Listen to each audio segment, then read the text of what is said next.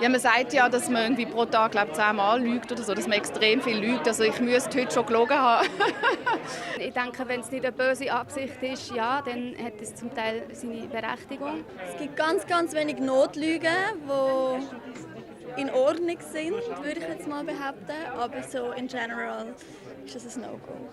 Ja, es gibt natürlich Lügen, die auch schützend sind. Also ich glaube, Wahrheit ist so verletzend und Wahrheit ist wirklich sehr hart. Und ich glaube, es ist okay, dass man ab und zu freundlich und höflich ist und nicht alles so sagt, wie man denkt. Was ich spannend gefunden jetzt bei diesem Stoff ist, dass es ja zwar etwas aus dem kleinen Privaten heraus erzählt, aber Lügen ein Thema ist, das natürlich auch politisch im Moment, würde fast sagen, als Werkzeug eingesetzt wird. Ich glaube, es gibt eine Grenze und die Grenze ist irgendwo da, wo man Lügen für sich und für seine Macht missbraucht. Und das ist das, was so schlimm ist in der Politik im Moment, dass man eben bei so einem Trump einfach zuschauen kann, wie er lügt, und das ist völlig egal. Und er wird dadurch eigentlich mächtiger, durch die Lüge.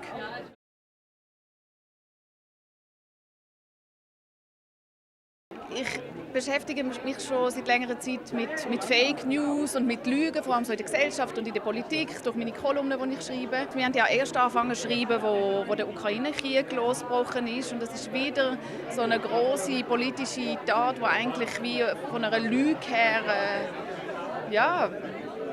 sozusagen die Wurzel in einer Lüge hat. Und dann habe ich gedacht, ja, was ist eigentlich, wenn man die politischen Lügen um sich hat und wenn man aber plötzlich auch private Lügen neben sich hat. Vielleicht, wenn eben das Kind anfängt zu lügen oder der Ehepartner anfängt zu lügen.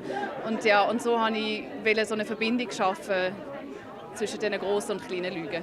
Die Emma schnappt einfach sehr viele Sachen auf. Sie schnappt Sachen in den Nachrichten auf, von ihren Eltern auf und vor allem eben von ihrer grossen Schwester Liv auf. Und sie schaut sehr auf bei ihr und sie will gut dastehen.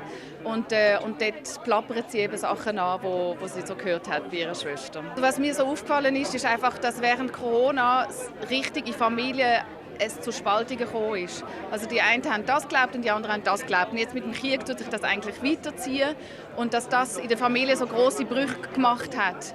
Und das wollte ich eigentlich zeigen, dass es sehr gute Gründe gibt, warum Leute plötzlich anfangen, Sachen zu glauben, die völlig crazy sind. Auch Liv, sie hat eine sehr berechtigte Angst und sehr berechtigte Zweifel an unserer Gesellschaft. Und plötzlich hört sie dann etwas, wo sie denkt, das könnte die Lösung sein und glaubt das. Und das ist mir wichtig, um das zu zeigen.